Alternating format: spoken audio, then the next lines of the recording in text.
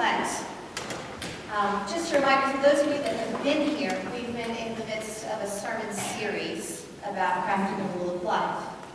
Those of you that haven't, I'm going to give you a brief synopsis of what we've talked about. The first week we talked about Sabbath and taking time to rest and to be with God. Then we talked about Scripture and how by reading Scripture and opening our hearts to it, we learned who God is. And then last week we talked about prayer. Brooks talked about that relationship with Jesus and with God is necessary, and the best way to keep that open is by prayer. And we come to this week. This particular week we're talking about walking with God, or walking with Jesus. It's something we can't really avoid.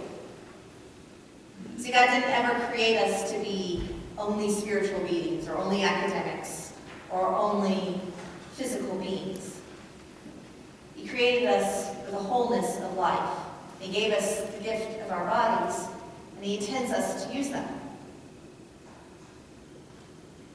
It's impossible for us to separate the spiritual and the physical. And so one of the ways we can do that is by walking.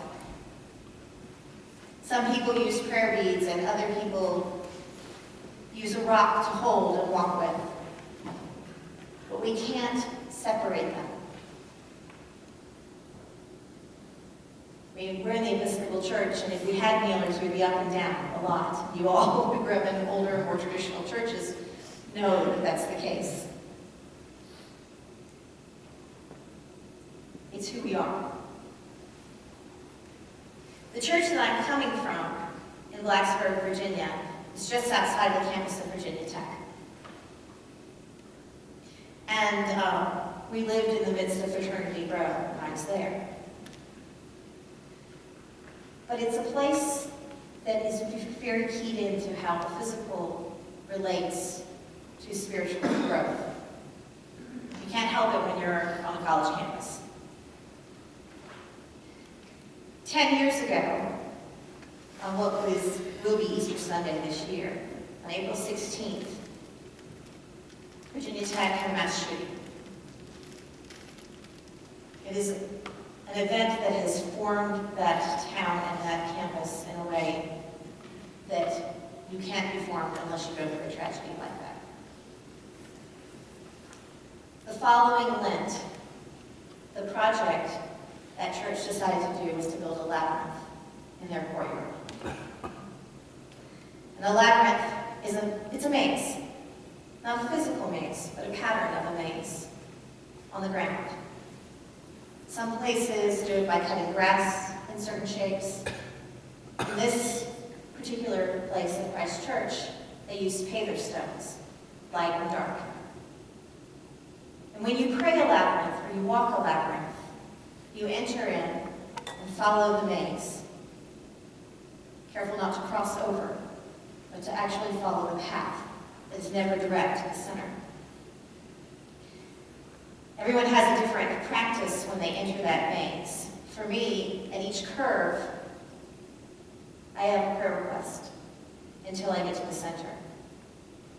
And then when I come out of it, I give at each curve a thanksgiving, so that when I leave, I'm lighter than when I arrived.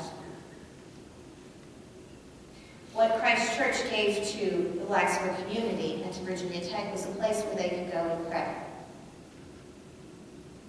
They didn't have to come to church, but a place where they could find God and just walk. The funny thing is, if you go out in the courtyard, there's shoes under, now I don't know how people leave their shoes, but people will take off their shoes and then leave them for weeks at a time and come back eventually and pick them up again. But it is a place that's well worn.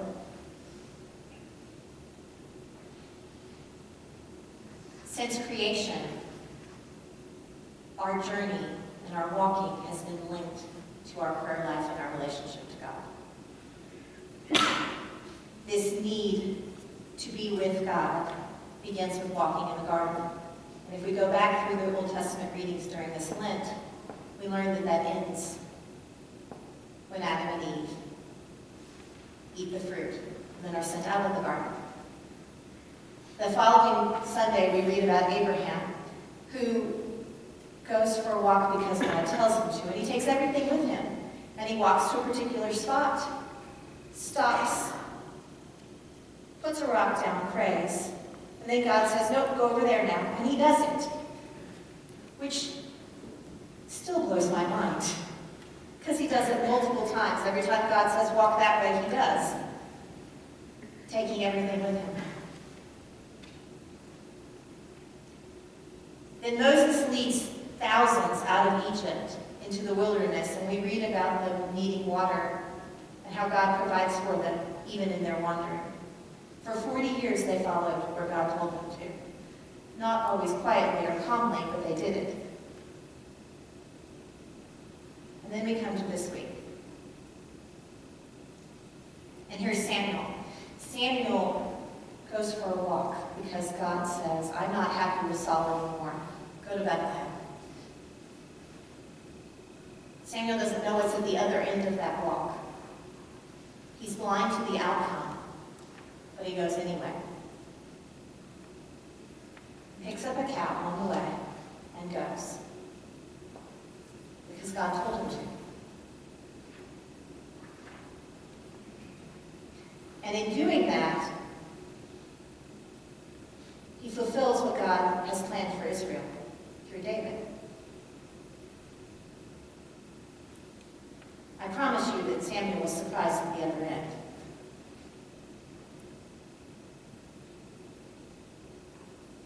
In our gospel today, the blind man does and follows and walks just where Jesus tells him to go. In not so blind obedience. He does exactly what he's told to do, and he is healed. Not knowing what the results will be. And not even being able to know who God is by sight. But he hears what God tells him through Jesus, and he does it.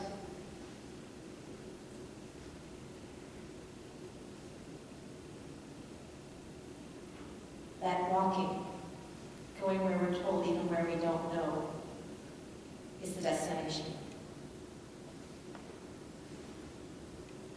Intentionally walking with God so that we know that we are never alone. I mean, even Paul knows this. Paul especially knows this. The epistle is not correct in its translation. This version is not totally correct. In verse 8, where it says to live as a child of light, the original Greek is peripateo, which means to walk around or to wander, without a destination, to walk as one who walks with the light. And we know from Paul's story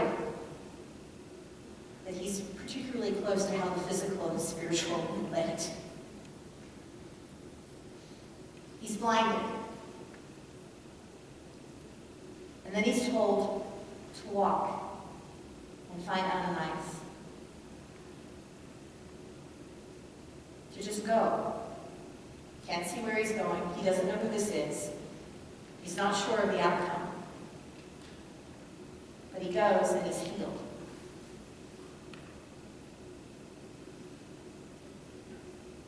That blind obedience. Once again. And because he went and he was healed, all of us now know the gospel of Jesus Christ. None of us would have received that if Paul hadn't continued walking with God after he was healed.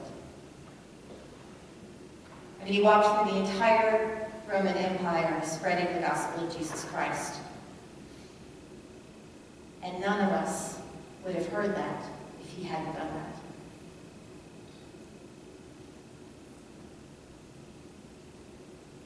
So that's our next step in the rule of life. Is is to learn to walk with Jesus. All those other steps that we've talked about have set the stage for this. It's a long journey. You have to be rested. You have to take your Sabbath time, and you have to know that when you've gone too far, it's time to sit down and rest again. Sabbath is not an option. It's a necessity. And you have to know who it is that you're walking with and how much you can trust God in your walk. So you need to know the scripture, and you need to read about this God that is revealed to us through Jesus Christ. And then that prayer, that final link for your own personal relationship, that ongoing conversation that you have with God. Because walking in silence takes a really long time. When you walk with a friend, 5 miles goes by pretty quickly.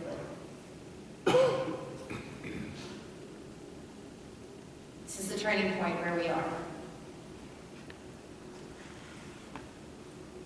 So, I want to invite you to join me in a very long and fulfilling walk.